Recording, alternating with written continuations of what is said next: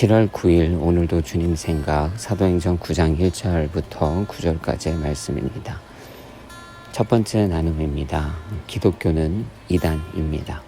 유대인의 역사와 전승 그리고 믿음으로 보면 예수는 이단자이고 그의 가르침은 교회의 전통을 깡그리 무시하는 것 같고 신성 모독자 같습니다.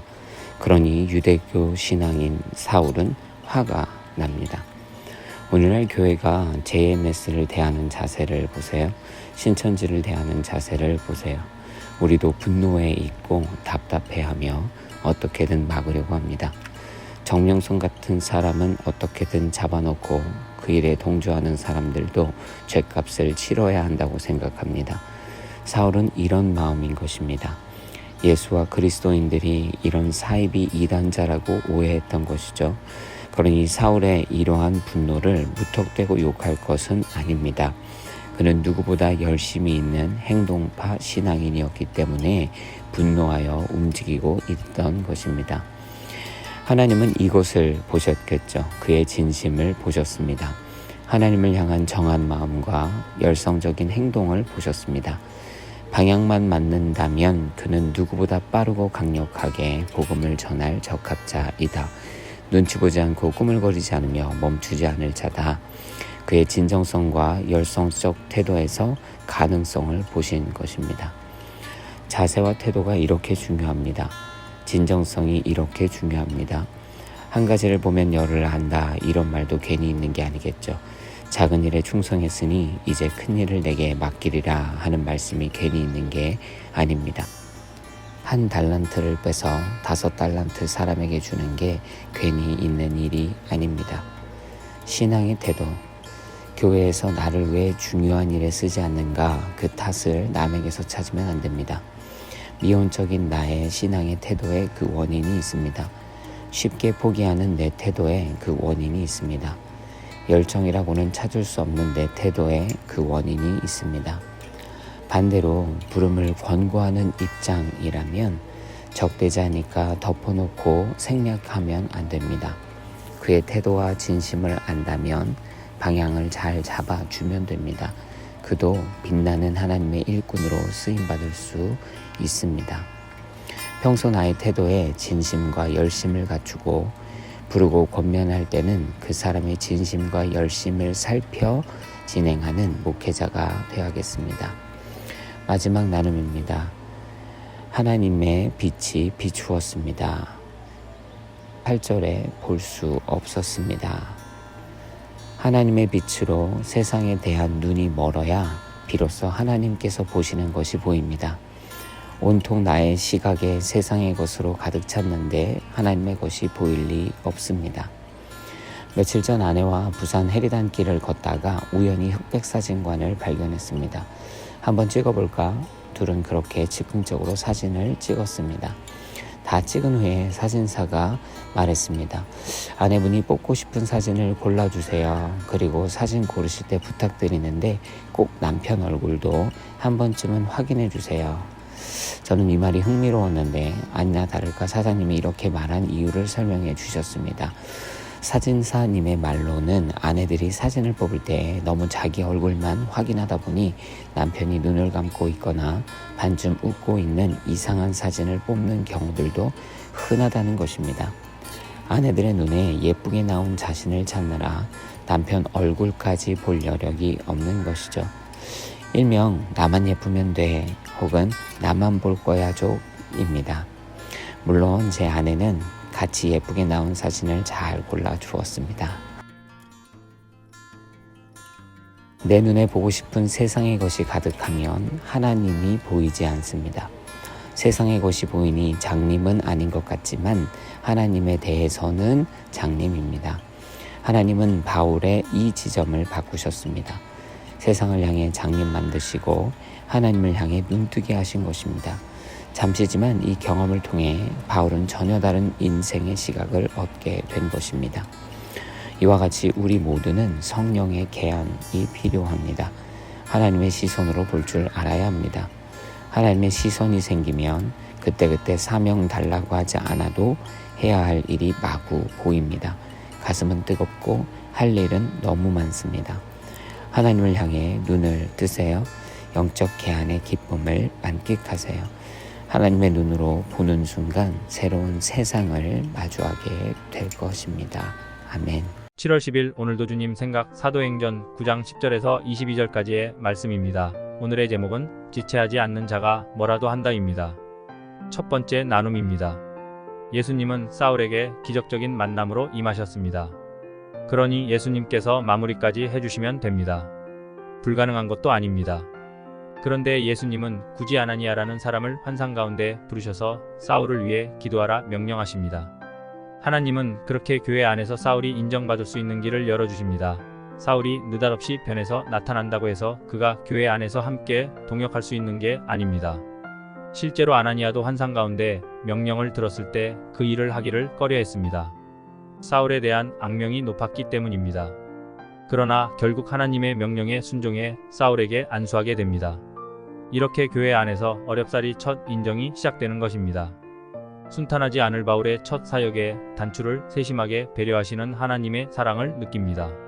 물론 아나니아를 통해서 안수를 받고 눈을 떴다고 해서 사람들의 모든 의심이 사라지고 갑자기 믿음의 한 동역자로 받아들여지는 것은 아니었을 것입니다. 그러나 적어도 아나니아라는 상징적 인물의 안수가 있었기에 그나마라도 첫 단추를 시작할 수 있었을 것입니다. 사역을 하면서 매일 명확하게 느끼는 것이 바로 하나님의 이러한 세심한 배려입니다. 하나님은 조그만 것 하나까지도 신경 써주십니다. 필요한 부분을 미리 챙겨주십니다. 도움의 손길을 보내주시고 조금 더 수월하게 가능하게 길을 열어가 주십니다. 돌이켜보면 바우교회 성도님 한 분 한 분이 하나님이 보내신 아나니아 같은 사람들입니다. 한 주일을 비운다고 걱정하고 사람을 못 찾아 헤맬 때도 하나님은 생각지도 못했던 목사님 한 분을 보내주셔서 주일 예배를 섬기도록 도와주셨습니다. 하나님의 세심한 배려는 이와 같이 명확합니다. 모든 것이 하나님의 도우심임을 다시 한번 선포하며 감사와 찬양을 드립니다. 두 번째 나눔입니다. 내 이름을 전하도록 선택한 내 도구다. 내 이름을 위해 그가 얼마나 많은 고난을 당해야 할지 내가 그에게 보여줄 것이다. 사명과 고난은 분리되기가 쉽지 않습니다. 성경에서 사명을 감당하면서 고난이 없던 사람을 찾아보기가 쉽지 않습니다. 소위 말하는 개척 목회를 하면서 경험되어지는 어려움이 있습니다. 누군가는 고난이라고도 할 수 있겠습니다. 이는 필연적인 어려움입니다. 필수적 희생이기도 합니다. 그런데 참 좋습니다. 여전히 행복하고 뿌듯합니다. 아마 바울도 그랬을 것입니다. 의미 있는 고난은 가치가 있습니다. 그래서 사람들은 자녀를 위해, 가족을 위해, 사랑하는 이를 위해 고난을 자처합니다. 어릴 적 아버지는 그렇게 사우디 행을 자처했습니다. 자신을 희생시켜 가족을 먹여 살리겠다는 것입니다. 아빠로서의 사명의식 때문에 고난을 자처한 것입니다. 그뿐이 아닙니다. 누군가는 나라를 위해 고난을 자처했습니다. 그렇게 독립투사가 되고 나라 발전에 이바지하는 역군이 되었습니다. 사명을 위해 과정에서 통과하는 고난은 가장 가치 있는 일입니다. 결국 하나님을 위해 일하며 받는 고난은 가장 가치 있는 일입니다. 사명을 위해 고난당하는 것은 가치 있는 일입니다. 그러므로 기쁘고 감사함으로 자처할 수 있습니다. 고난은 사명을 피할 이유가 되지 못합니다. 확실히 고난은 사명의 면류관입니다. 마지막 나눔입니다. 바울의 변화는 가장 급진적인 변화 중에 하나입니다. 그는 주저함이 없이 전도 사역에 뛰어듭니다. 그가 그리스도인을 핍박했던 그 열심이 한치도 낭비됨 없이 그리스도를 전하는 대로 치환된 것입니다. 삶의 변화의 변곡점에서 필요한 것은 지체함 없이 뛰어드는 실행력입니다. 물론 언제나 급하게 뛰어든다고 답은 아닙니다. 그러나 때로는 생각이 너무 많아서 계산하다가 돌다리만 두들겨 보다가 아무것도 못하는 일들이 많습니다. 어제도 한 친구를 만났습니다. 그런데 자신과 주변의 사람들 얘기를 하며 이런 말을 했습니다. 수많은 생각들, 수많은 기회들, 수많은 꿈을 꾸지만 실제 실행하는 사람은 거의 없더라. 하나님을 만나서도 변화된 인생에 있어서 주저함으로 가득한 사람이 있습니다. 다리 앞에서 건너지 못하고 주저하는 것이죠. 인생의 변곡점으로 내몰렸는데도 여전히 움직이지 못하는 사람들도 있습니다. 선교지 한복판에 떨궈놔도 누구에게 복음을 전하지? 그만 되뇌이며 하루 온종일 혼자 거리를 누비는 사람도 있습니다. 거침없는 실행력이 필요할 때입니다. 계산이 아닌 믿음의 행동이 필요한 때입니다. 주저함보다는 신속함과 맹렬함이 필요한 때인지도 모릅니다. 막상 실행해야 따라오는 문제들을 발견하게 되고 문제를 발견해야 보완, 수정이 가능합니다. 주를 위해서 급진적인 변화와 적용을 실천해보면 어떨까 하는 도전을 해봅니다. 저도 매번 그렇게 했던 것은 아니지만 나름 그런 변화에 서슴없이 뛰어들면서 참 많은 것을 배우고 있습니다. 계속 이런 삶의 태도로 주를 위해 뛰어들고 배우고 성장하고 성취하는 제자가 되길 소망합니다. 7월 11일 오늘도 주님 생각. 사도행전 9장 23절부터 31절까지의 말씀입니다. 오늘 제목은 당신의 의심이 건강하지 않다입니다. 첫 번째 나눔입니다. 유대 사람들은 사울이 변했다는 것을 믿습니다. 그래서 그들은 사울을 죽이려고 음모를 세웁니다. 그러나 예루살렘에 있는 제자들은 오히려 그런 사울의 변화를 믿지 못하고 두려워합니다. 그가 변했을 리 없어. 어쩌면 이런 비슷한 일들이 요즘에도 일어납니다. 누군가가 변했다고 하면 세상은 상대적으로 쉽게 받아들입니다. 그러나 교회 안에서는 계속 의심합니다. 그 사람이 변했다고? 그럴 리 없어. 무슨 꿍꿍이가 있는 게 틀림없어. 시간을 두고 지켜봐야지. 세상을 등졌기 때문에 기존 친구들도 그를 멀리하고 회사에서도 어색하고 심지어 가정 안에서도 핍박이 있는데 받아줘야 할 교회는 더더욱 거리를 두는 일들이 일어나는 것입니다. 물론 초대교회 기독인들의 상황도 이해가 되고 그들의 의심과 두려움도 100% 이해가 됩니다. 그러나 그럼에도 불구하고 바나바처럼 믿어주는 사람도 있었다는 것을 부정할 수 없습니다. 교회가 보여주는 변화된 죄인을 향한 의심과 적대감, 두려움과 반감 등을 조심해야겠습니다. 급진적 변화와 함께 사역을 하는 사람들을 볼 때 덮어놓고 의심하고 배척하는 행동도 조심해야겠습니다. 지혜로운 분별이야 필요하겠지만 밀어내고 정죄하는 행동은 조심해야겠습니다. 두 번째 나눔입니다.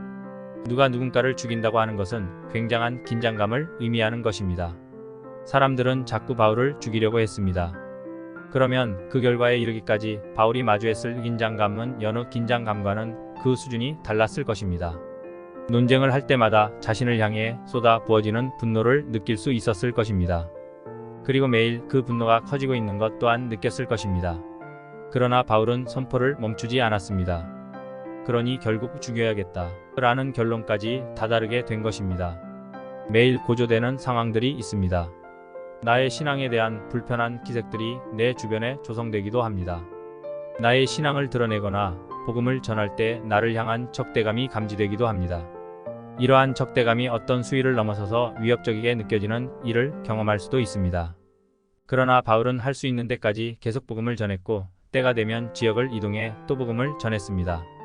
어떠한 상황을 마주해도 신앙을 버리지 않고 복음 선포를 멈추지 않아야 합니다. 때로는 이동해야 하고 때로는 피할지언정 신앙을 버리거나 복음 전도를 멈출 수 없습니다. 지혜로운 분별과 신앙의 고집, 전도의 끈기가 필요합니다. 마지막 나눔입니다. 교회는 주를 두려워하고 31절 맞습니다. 결국 교회는 주를 두려워해야 합니다. 세상을 두려워하면 교회는 멈춥니다. 사도도 멈춥니다.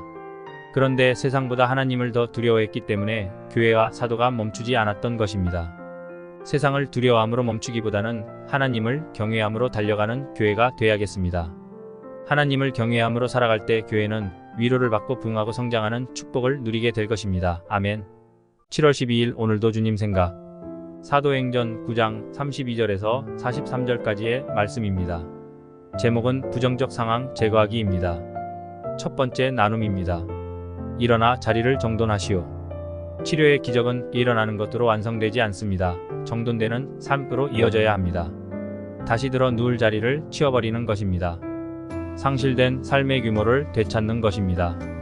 과거 내가 떠나버린, 내가 주저앉아 있던 자리를 치우지 않으면 자꾸 돌아보게 됩니다. 돌아가려는 시도를 하기도 합니다. 예수님의 능력을 만나면 오늘 본문에 나온 중풍병자처럼 치료를 받습니다. 우리도 그렇게 예수님으로 인해 일종의 치료를 경험한 사람들입니다. 그러므로 우리도 여기서 멈출 것이 아니라 과거의 삶을 청산해야 합니다. 철저하게 정돈해야 합니다. 기적의 가치가 무색해지지 않도록 새로운 인생으로 완전히 재정비돼야 합니다. 예수님으로 인해 기적을 경험한 모든 이들이 삶을 정돈하는 시간들을 꾸준히 가져야 할 것입니다. 구원의 기적으로 만족하며 매일의 삶을 정돈하기를 게을리하지 말아야겠습니다. 두 번째 나눔입니다. 주께로 돌아온지라. 표면적으로 기적은 베드로가 일으켰습니다. 그러나 사람들은 주께로 돌아옵니다. 누가 무엇을 하든지 간에 우리의 삶은 이와 같이 주변인들을 주께로 인도하는 통로의 삶이 되어야 할 것입니다. 능력과 영광을 행하는 자나 하나님의 기적과 은혜를 경험한 자나 예수께 돌아오게 하는 통로의 삶임을 잊지 말고 모든 영광과 집중을 주님께로 돌려야 할 것입니다. 바우교회를 개척하면서 이 마음이 가장 컸습니다. 사람들을 주께로 돌아오게 하는 목회자, 교회되자. 나를 통하여 어떤 일이 일어나든 모두 주께로 돌아오게 되길 소망하며 기도합니다. 우리 교회와 성도들에게 일어나는 모든 일들을 통해서 주변인들이 주께로 돌아오는 일들이 일어나길 기도합니다. 예수님을 알지 못하는 자들이 주께로 돌아오는 일이 일어나길 기도합니다. 우리 모두는 세상이 주께로 돌아오게 하는 통로의 삶을 살아야 할 것입니다. 마지막 나눔입니다. 베드로가 사람들을 모두 방에서 내보낸 뒤 베드로는 죽은 아이를 살리기 전에 방 안에 있던 모든 사람들을 내쫓습니다. 베드로는 두 가지 측면에서 혼자 있어야 한다고 생각했을 것입니다. 첫째로는 집중입니다. 하나님을 향한 오롯한 집중입니다. 사람들의 시선이 아닌 분산되는 생각들이 아닌 하나님을 향한 집중이 필요합니다. 하나님의 일을 하다 보니까 자꾸 사람들의 시선을 신경 쓰는 내 자신을 발견할 때가 있습니다. 온전히 하나님만 본다고 생각하는데 자꾸 눈앞에 있는 사람들의 시선과 생각이 신경 쓰입니다. 그래서 골방의 기도나 묵상의 시간이 필요하다고 느낍니다. 어쩌면 베드로는 그런 마음에서 사람들을 모두 내보냈을 수 있습니다. 확실히 하나님의 일은 이와 같이 하나님께로의 온전한 집중을 필요로 합니다. 또 다른 이유는 우정과 의심의 가능성의 제거입니다. 베드로가 사람을 살리려 할 때 주변에 의심과 부정의 생각으로 가득한 사람들이 있었을 것입니다. 베드로가 무언가를 시도하면 옆에서 안 돼요, 안 돼. 내가 안 될 줄 알았어. 이렇게 말하는 사람들이 있을 수 있는 것이죠. 그래서 베드로는 이런 일을 미연에 방지합니다. 사역을 하다 보면 이런 주변인을 만나곤 합니다. 무슨 일을 하려고 하면 시도하려고 할 때마다 안 된다, 못한다 하는 사람들이 있습니다. 그러면 될 일도 안 되고 해야 할 일도 못합니다. 그러므로 하나님의 일을 할 때 의심하고 부정하고 거절하는 말, 생각, 행동들을 경계해야 합니다. 믿음 없이는 하나님의 기적을 경험하기 어렵기 때문입니다. 하나님께서 맡겨주신 이 교회 사역을 감당하면서 온전히 하나님께 집중하고 온전한 믿음으로 실천하는 목회자가 되어야겠습니다. 7월 13일 오늘도 주님 생각 사도행전 10장 1절부터 16절까지의 말씀입니다. 제목은 복음을 전하는 자의 태도입니다. 고넬료와 그 집안 사람들은 모두 경건하고 하나님을 경외하는 사람들이었습니다. 온 집안이 모두 좋은 신앙을 가지는 것은 축복된 일입니다. 과거 제가 어릴 적만 해도 모태의 신앙이라고 해서 태어날 때부터 부모의 신앙의 우산 아래서 함께 성장하며 가족 전체가 믿음의 가족이 되는 경우들이 많았습니다. 가족이 함께 가정 예배도 드리고 여러 가지 교회 사역에도 동참하는 등의 일들이 흔한 일이었습니다. 그러나 시대가 변하고 개인과 선택이 강조되면서 한 가족이 같은 신앙으로 성장하고 교제하는 일이 점점 드문 일이 되어버리고 말았습니다. 부모는 열심히 있는 성실한 신앙인이나 자녀들은 전혀 신앙이 없거나 타 종교의 집안도 많습니다. 오늘 고넬료가 보여주는 그 집안 사람들 모두 경건하고 하나님을 경외했다라는 것은 그래서 이제는 쉽지 않은 일입니다. 미국에서는 자기 자녀에게 종교를 전하는 것도 마치 불법처럼 인권을 침해하는 것처럼 여기는 실정입니다. 그러면 집안 사람 모두가 경건하고 하나님을 경외하는 삶을 포기해야 하는가? 꼭 그렇지만은 않습니다.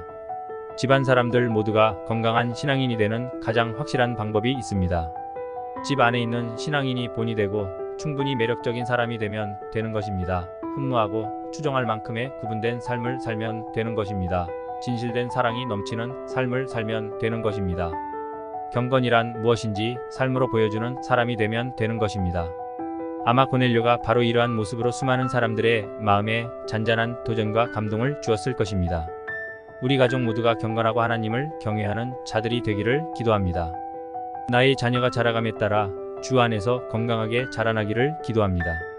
이를 위해서 더욱 본이 되는 신앙인의 건강한 매력이 철철 넘쳐 흐르는 크리스천이 되어야겠습니다.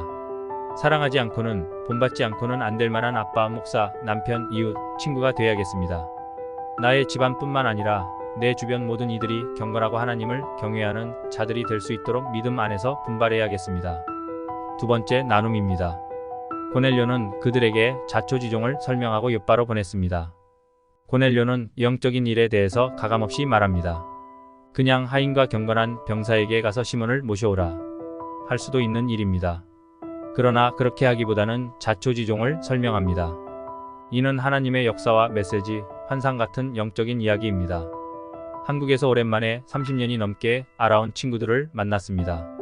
신앙인들은 아니지만 친구가 교회 개척을 했다니까 관심이 많았습니다. 어떻게 하다가 그렇게 하게 됐어? 그들의 이러한 질문에 대답하기 위해서는 하나님께서 역사하셨어. 하나님이 부르셨어. 하나님의 섭리야. 라는 말을 해야만 했습니다. 그런데 전혀 믿음이 없는 친구들이니 제가 이렇게 말한들 그들이 이해하기는커녕 이상하게 여기지 않을까 하는 생각이 들기도 했습니다. 그러나 그럼에도 불구하고 간단하게라도 하나님이 하시는 일이지 라고 대답했습니다. 영적인 일은 그들이 이해할 수 있기 때문에 설명하고 이해하지 못하기 때문에 돌려 말하거나 설명을 포기할 것이 아닙니다. 교회 안에서는 하나님의 행하심을 선포하고 교회 밖에서는 너는 잘 몰라. 설명해도 잘 모를 거야. 라고 말할 것이 아닙니다. 오히려 영적인 역사를 있는 그대로 선포할 필요가 있습니다. 그래야 듣는 사람이 궁금합니다. 못 알아들으니 더 궁금합니다. 영적 세계에 대한 궁금증들이 생깁니다. 궁금증이 관심으로, 관심이 믿음으로 변화되는 일들이 종종 일어납니다. 내 인생에 있는 하나님의 역사, 받은 메시지, 경험과 기억들을 만나는 이들에게 상세히 나눌 수 있는 영적 수다쟁이가 되어야겠습니다. 세 번째 나눔입니다. 하나님의 메시지를 거부하는 이유는 다양합니다. 전통 때문입니다. 기조 때문입니다. 나의 삶의 습관 때문입니다. 내 개인의 철학 때문이기도 합니다. 때로는 하나님의 메시지가 너무 급진적이기 때문입니다. 익숙하지 않은 일이기 때문입니다. 남들 눈치 보이는 일이기 때문입니다. 그러나 하나님께서 말씀하십니다. 하나님께서 깨끗하다 한 것을 불결하다 하지 말라. 하나님의 메시지가 우리의 관념을 무너뜨릴 때, 나의 전통과 철학을 도전할 때도, 나의 이해의 한계를 도전할 때도, 세상의 통념을 도전할 때도 우리는 하나님의 메시지를 받아들여야 합니다. 하나님의 메시지를 온전히 수용하고 순종할 때 한계를 뛰어넘는 결과를 보게 됩니다. 마지막 나눔입니다. 하나님께서 깨끗하다 한 것을 불결하다 하지 말라. 우리는 예수님을 믿음으로 깨끗한 자라고 불리게 되었습니다. 이것이 칭의의 핵심입니다. 그리고 하나님은 이렇게 말씀하십니다. 예수의 보혈을 믿음으로 깨끗하다, 칭함을 얻은 자들을 불결하다 하지 말라. 칭의는 하나님의 선포고 하나님의 은혜입니다. 우리 생각에는 아닌 것 같을 때가 많습니다. 아무리 그래도 부정한 것 같습니다. 그러나 예수의 보혈의 능력은 우리를 깨끗하게 하고 우리를 의롭게 만들어 주셨습니다. 예수님을 믿는 믿음 안에서 구원을 의심하지 마세요. 칭의를 의심하지 마세요. 예수의 보혈이 우리 모두를 의롭게 만들어 주셨음을 부인하지 마세요. 하나님께서 깨끗하게 하신 것을 내가 속되다 하지 말라. 예수님 안에 믿음의 확신, 구원의 확신을 가지고 사는 신앙인이 돼야 할 것입니다. 7월 14일 오늘도 주님 생각 사도행전 10장 17절부터 33절의 말씀입니다. 제목은 완벽한 타이밍은 어떻게 확보하나? 입니다. 첫 번째 나눔입니다. 찾아와 문 앞에 서 있었습니다. 그때 마침 고넬료가 보낸 자들이 베드로가 있는 곳에 도착했습니다. 타이밍이 참 중요합니다. 그리고 이 타이밍을 만드시는 분은 하나님이십니다. 어제 미국에서 사용할 우리말 성경을 구매하기 위해서 양재 온누리교회에 있는 두란노 서점을 방문했습니다. 과거에 온누리교회를 섬길 때야 교역자 할인이라는 것을 받을 수 있었지만 저는 이제 외부인이라 그런 것을 기대할 수 없는 상황이었습니다. 그럼에도 불구하고 미국보다 3분의 1 가격으로 성경을 구매할 수 있어서 적당한 것을 찾아 계산하려고 할 때였습니다. 바로 그때, 하필 그때, 때마침 한 분이 바로 서점 위에 위치한 사무실에서 내려와서 서점으로 들어왔습니다. 그리고는 저를 알아보시며 반갑게 인사해 주셨습니다. 아이고 목사님, 어쩐 일이세요? 뉴저지에서 함께 있었던 자매님 한 분이 대학 청년부 간사가 되어 섬기고 있다가 서점에서 돈을 내려는 바로 그때 저를 발견하게 된 것입니다. 결과적으로 간사님이 설명해 주셔서 성경 구매를 할인된 가격으로 할 수 있었습니다. 저는 이마저도 하나님의 은혜임을 믿습니다. 별것 아닌 것 같은 순간순간도 하나님께서 만들어 가시는 완벽한 때일 때가 참 많습니다. 하나님은 우리가 살아가고 있는 크로노스 밖에 계시며 우리의 때를 만들어 내시는 분이신 줄로 믿습니다. 될 법한 일도 때가 틀어지면 안 되는 법입니다. 나를 위해 때를 만들어 내시고 인도하시는 하나님께 감사를 드립니다. 하나님께서 만들어 가시는 때를 놓치지 않도록 깨어 있어야겠습니다. 때가 이르면 미루지 않는 자가 되어야겠습니다. 두 번째 나눔입니다. 베드로는 성령의 음성을 듣습니다. 주저하지 말고 그들과 함께 가거라. 내가 그들을 보냈기 때문이다. 그러나 베드로는 그렇게 내려가서 만난 사람들에게 이렇게 묻습니다. 무슨 일로 오셨습니까? 이는 의심하기 때문에 한 질문은 아닐 것입니다. 확인차 한 질문일 것입니다. 성령의 인도하심을 받은 베드로는 순종할 준비가 되어 있습니다. 그러나 순종은 베드로와 같이 철저한 자세로 해야 하는 부분이 있습니다. 여호수아도 가나안을 약속받았지만 여리고성을 앞두고 정탐하는 철저함을 잊지 않았습니다. 1년 전 교회 개척을 시작하면서도 하나님의 부르심을 의심하지 않았지만 정확한 분별을 위해서 철저하게 한 걸음씩 기도하고 되묻고 검증하는 시간들을 가지려고 노력했습니다. 지금도 이 마음은 모든 사역 앞에서 동일합니다. 저는 지금도 베드로처럼 묻고 또 묻습니다. 철저하고 확인하고 부지런한 순종이 필요합니다. 순종하기로 결정했다면 순종이 어긋난 방향으로 가지 않도록 철저하게 검증하며 옳은 걸음을 걸어야 할 것입니다. 하나님 앞에서 덮어놓고 순종하라는 것은 어리석게 순종하라는 의미는 아닙니다. 지혜롭고 철저한 순종을 해야 할 것입니다. 마지막 나눔입니다. 들어가 보니 많은 사람들이 모여 있었습니다. 고넬료는 참 귀한 사람입니다.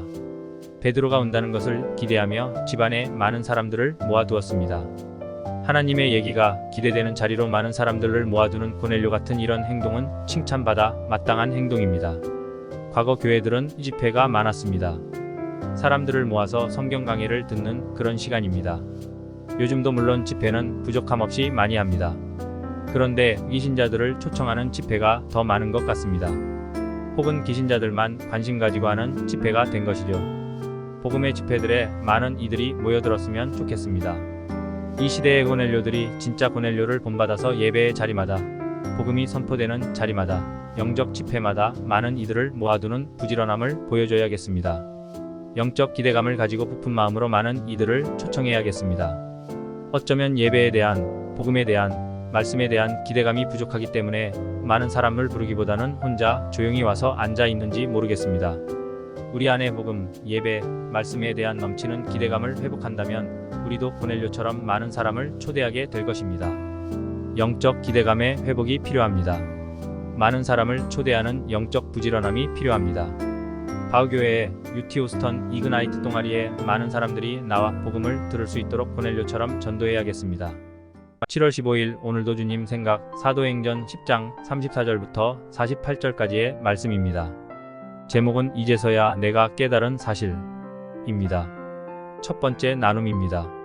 이제야 내가 깨달았습니다. 참으로 하나님은 사람을 겉모양으로 차별하지 않으시고 이제 깨달았다고 하니 한편으로는 당황스러운 것도 사실입니다.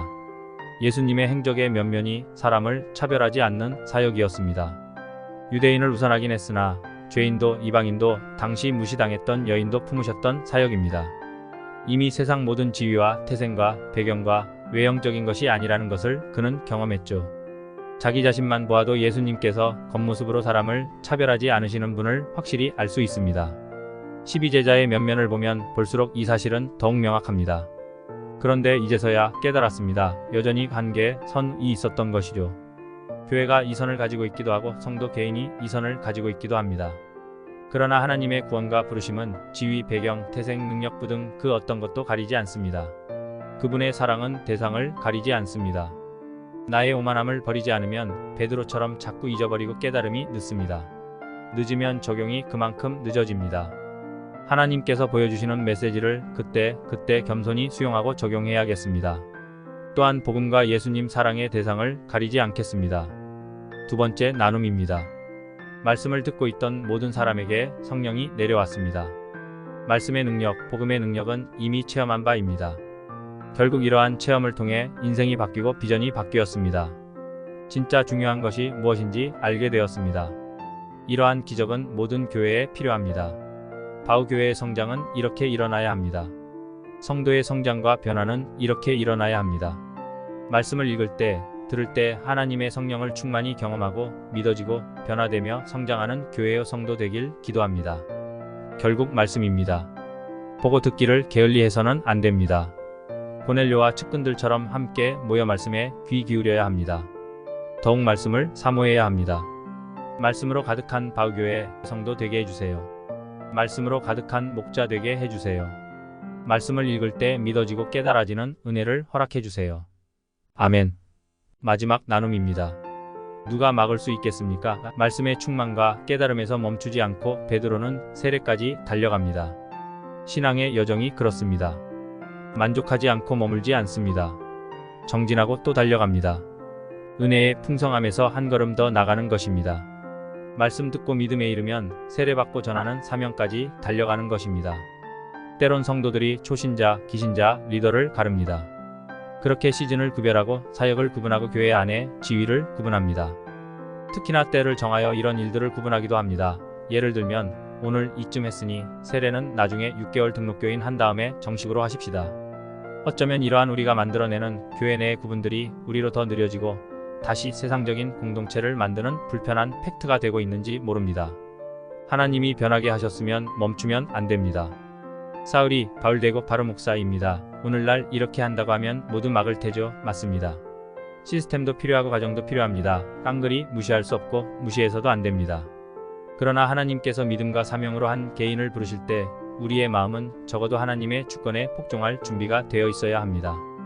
그분의 방법과 때가 몰아붙인다면 시스템마저 뛰어넘을 수 있다는 순종의 마음과 분별의 지혜가 필요한 것이죠. 이런 의미에서 묵상하면 할수록 목회가 참 쉽지 않네요. 변화의 길목에서 멈추지 않고 내달리는 성도 되길 도전합니다. 믿음에 이르고 세례받는 교인이 넘쳐나는 바우교회 되길 기도하고 또 기도합니다. 아멘.